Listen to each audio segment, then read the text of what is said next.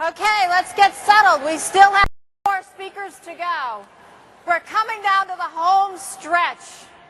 If you're a golfer like I am, we're on the 17th tee, ready to tee off with 2 more holes to play. But before we start, I just wanted to pick up where Caroline left off, and that was our request for your help. Please take a moment to complete the survey in your program and return it to the exhibit booth, because we really would appreciate your feedback. We want to know what you enjoyed about the last 3 days and what you'd like to see at a future meeting. So take a minute and fill out those survey forms for us. We would greatly appreciate it. So let's get started for the rest of the morning. I have the privilege now of introducing you to Marvin Walker. He is a 21-year MDRT member with 8 Court of the Table qualifications. While Marvin really loves this industry now, he would be the first to tell you that that was not always the case. In fact, as a young advisor with 2 years in the business, he believed he was a complete and utter failure and considered leaving this business. Some of you in the room might be feeling that way today, but today Marvin is going to share 2 defining moments in his life. The first one helped him realize that he was in control of his own success, but it was the second one that taught him the importance of this career, and it changed the definition of his success. Ladies and gentlemen, please give a warm MDRT welcome to our own Marvin Walker. No matter your age, no matter your gender, no matter your educational background, there were times in your life when you saw something or you heard something or you experienced something that had such an impact on you, it affected who you are. It affected who you would become. It affected forever how you would look at things and how you would interact with other people. Your experience changed how you looked at your past and how you would act in the future. These are the moments in our lives that mold us into the person that we have become. These are our life's defining moments. This afternoon, I want to look at a few defining moments in the lives of some people which had a major effect on their life as well as on the lives of countless others. We've all heard of the Nobel Peace Prize. The Nobel Peace Prize is given annually to the person that does the most to promote world peace. Notable recipients have been United States Presidents Jimmy Carter and Teddy Roosevelt, Canadian Prime Minister Lester Rosen, Nelson Mandela, Mikhail Gorbachev, and Mother Teresa have all been honored with the Nobel Prize. This prize is awarded annually by the Nobel Foundation, and it was a foundation created and endowed by Dr. Alfred Nobel in 1895. But why? Why did Dr. Nobel start this foundation, and how did he come up with the enormous wealth necessary to endow the foundation and the Peace Prize? Dr. Nobel invented something that he thought would change the world. His invention was used to build great road projects, to build great bridges, to build great construction projects. And well, his invention did change the world, but not exactly and not only the way that Dr. Nobel had envisioned. You see, Dr. Alfred Nobel was the inventor of dynamite. And his invention was used the way that he intended it to be. And millions of people did benefit from dynamite. But to his horror, he lived long enough to see dynamite used as a weapon of war, to destroy and to kill. This was something that he had never even considered. And Dr. Nobel's defining moment came when his brother died. A French newspaper mistakenly published the obituary of Dr. Nobel's brother and not that of his own. The newspaper said Dr. Alfred Nobel, who became rich by finding ways to kill more people faster than ever before, died yesterday. His obituary went on to refer to him as the merchant of death. After reading his own obituary, Dr. Nobel decided that something had to change. He was not going to go down in history as the merchant of death. And so in 1895, he drafted a new will and he left 94% of his estate, $103 million, to both create and to endow the Nobel Foundation, to make up for what he saw as one of life's greatest evils. The Peace Prize today is just one of 6 world-class Nobel Prizes. Each one is valued at about $1.5 million, and it's given to those who best serve mankind. And then there was a lady named Olive Richmond. Olive was the secretary to an insurance agent in the small town of Weatherford, Texas. And on April the 21st of 1978, Olive wrote this letter. She said, "I wanted to share an experience with you since during the school in Arlington, you told us about delivering a claim check and the feeling it gives to be able to take something into a household at a time of death instead of taking it out." In this letter, she wrote that one of their insureds had been accidentally killed. His widow came to their office. She was 19 years old.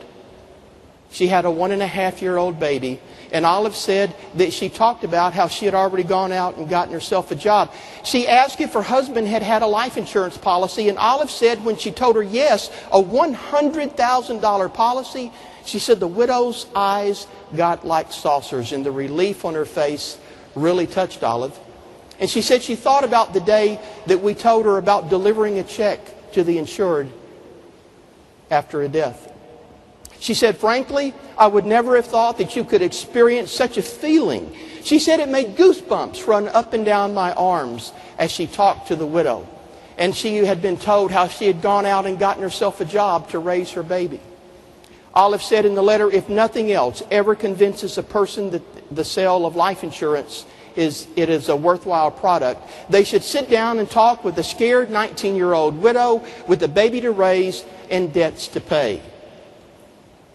This young man was a construction worker, and he died while trying to save the life of his friend. His friend was driving a dump truck at a construction site, and when he lifted the bed of the truck to dump a load of gravel, the top of the truck hit a high-powered line.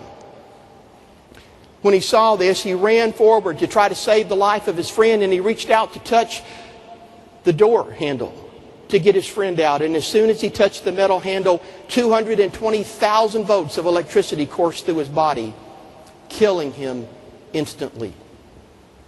Well, Olive did file the claim for him, and about 2 weeks later, she got a telephone call from the claims department of the insurance company. There would be no check. Olive was told that the policy had lapsed 4 weeks before the death for non-payment of premium.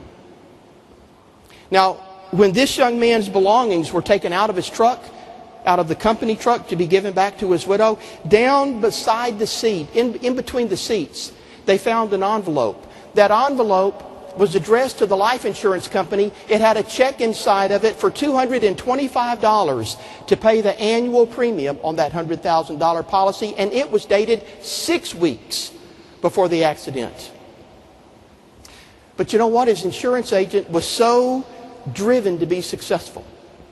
The agent was so driven to make new sales that he forgot about the sales that he had already made. This agent was so focused on adding to his client list that he forgot about the clients that he already had. He forgot that what we do is all about the client. It's all about their needs. It's all about their goals. It's all about their hopes and their dreams and their desires. Our clients don't want to just be added to our client list. Our clients don't care how much money we make when we sell them a policies. You know what our clients want? They want your help with the most important financial decision of their life. This agent had been so busy trying to make a new sale with a big first-year commission that he thought he had no time to call on an existing policy that had only a $6 renewal commission. The agent was so busy looking after his own needs that he did not take time to look after the needs of his clients, and so the policy lapsed. You see, it's not about a $6 renewal commission. What it's about is a 19-year-old widow with a baby to raise and debts to pay. And that day became a defining moment in the life of Olive Richmond and for that agent. They never again let a notice of non-payment of premium go by without picking up the telephone and calling the insured. And what they found surprised them. They found that the majority of the clients thanked them for the phone call, said that they had absolutely forgotten to send the premium in, and they would do it right away. It became a defining moment for Olive. Well, now I want to get personal, if I may, and tell you about two defining moments in my life. One was in September of 1975. I had been a life insurance agent for 2 years, and I decided that I was going to quit. I was going to get a real job. I was going to start a real career where they actually paid me. I was so tired of being poor and having to borrow money from my parents and from my wife's parents just to buy groceries. I had to make a change. See, I had figured it out. I figured out that nobody could really make a living selling life insurance. I thought that the dramatic failure was the fault of the insurance company I worked for. And the more I thought about it, I said, no, my failure is the result of my sales supervisor. He's just not training me. And then I figured it, I said, no, my failure is the result of my general agent. He never should have hired me in the first place. And then I thought, no, my failure is the result of the entire life insurance sales process. It just doesn't work. It could not have been my fault, could it? That in an agency with over 20 agents, that I was the worst insurance salesman they had ever hired? Well, just as I was preparing to quit, the agency announced the kickoff of their annual fall sales contest. And I told Debbie, I decided I'm going to postpone my retirement. I'm going to show them I'm going to work harder than I have ever worked in the last 2 years, and I'm going to win that sales contest. And then when I quit and they lose their number one agent, they're really going to miss me. Well, as you might guess, I didn't win the sales contest. But you know what? Debbie and I did get to sit at the head table right next to the general agent. At the awards banquet, I did get to receive a plaque for coming in second place in that contest to the... Thank you. The whole agency was surprised. I had the applause of the agents and their spouses and the staff, and everyone was congratulating me. And at that moment, I realized that my failure or my success had nothing to do with the company. It had nothing to do with my sales supervisor or my general agent. It was up to me. I realized right then that I could sell as much insurance as anybody. Or right then, with the ego I had, I realized I could sell more insurance than everybody but one guy. I realized I could be anything I wanted to be. Winning second place in that sales contest changed my life. It changed what I thought about myself. It changed what I thought about a career in the life insurance business. The success that I experienced in that one sales contest changed who I would become. And that night, I felt successful. But at that moment, success was defined by the number of sales I made and the amount of commission dollars that I generated. But there would come a time when that definition of success would change. My life's most defining moment came in October of 1986. The events leading up to that moment actually started 8 years earlier when I sold a life insurance policy on a newborn baby boy named Judd. His father was so proud of his son that he must have thought that no one had ever had a baby before. The father had purchased life insurance on his life and on the life of his wife, so he understood the importance of having a life insurance policy on his son that would grow in value with guaranteed insurability options so that when his son got older, he could have insurance for his own family. I placed a $15,000 policy in force. It had a premium of $200. The commission was about $100. By the time Judd was 2 years old, something was terribly, terribly wrong. Judd was sick, and the doctors couldn't figure out why. Judd's mom and dad took him to pediatric specialists all over the state of Texas and then all over the United States of America. But even they could not help Judd's parents. The medical bills soon began to pile up, and they were having to spend over $100,000 per year on Judd's care. And Judd's parents did not know what to do. One of their doctors came to him and said that he had arranged for the little boy's case to be a topic of study at an international symposium of pediatric neurologists in Copenhagen, Denmark. Finally, someone would be able to give Judd's parents definitive news. But it was not good news. Judd had a neurological disorder that affected about 1 in every 100 million people. This disease was so rare that there were only about 20 cases that had ever been documented. And it was terminal. It was always terminal. The doctor told Judd's parents they weren't sure what his life expectancy would be, but it would probably be about the age of 5. Judd died in October of 1986, 3 weeks after his 8th birthday. At that time, I had never had a life claim before, a death claim. So I asked one of my good friends in the office if he would help me, and he said sure he would. He got the paperwork ready, and he submitted everything to the insurance company, and about 3 weeks later, he invited me out to lunch. And somewhere over lunch, he stared out the window for a long, long time, and then he looked back and he said, "Marvin, when I get a response to that death claim, what do you want me to do with it?" I thought for a minute, and I said, "Well, just give it to me." He reached in his pocket and he took out an envelope and he slid it across the table. It had the insurance company name on the outside of the envelope, and I recognized it. So I opened the envelope. When I read what was inside that envelope, I began to cry. Inside the envelope was a check in the settlement of a life insurance claim on the life of an 8-year-old boy named Judson Patrick Walker, payable to me, his father, Judson Marvin Walker. After a few minutes, I looked up at my friend and I thanked him for his help. He went back to the office and I went to the bank. I had to deposit that check. I had bills to pay. I had to pay for the cemetery plot. I had to pay for the casket. I had to pay for the headstone. I had to pay the funeral director. When the funeral was over, Debbie and I took a week-long trip to be alone and just to spend some time together.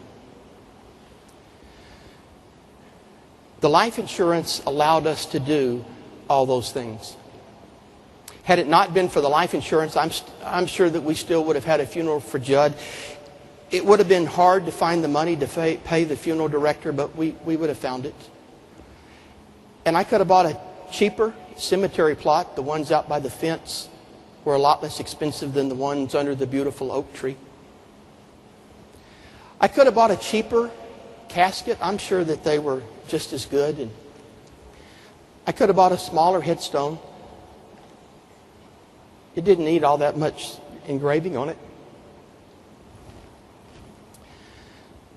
Debbie and I could have stayed home for a few days. We didn't have to go on a week-long trip. That really wasn't necessary.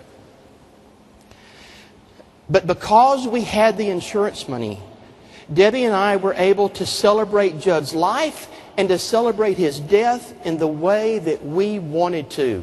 The defining moment in my life. I finally understood what being a professional life insurance agent was all about. Let me tell you what it's not about. It's not about company conventions. It's not about sales contests. It's not about plaques and honor clubs. It's not even really about MDRT. What it is about, our profession is about paying for the funeral of an 8-year-old boy. Our profession is about providing money to pay the bills for the best medical care in the world. It is about keeping families together. Our profession is about paying mortgages so families can keep their homes. Our profession is about paying for the college education for the kids whose parents have died. Our profession is about providing money to our clients' loved ones when they need it the most. That's what we are all about.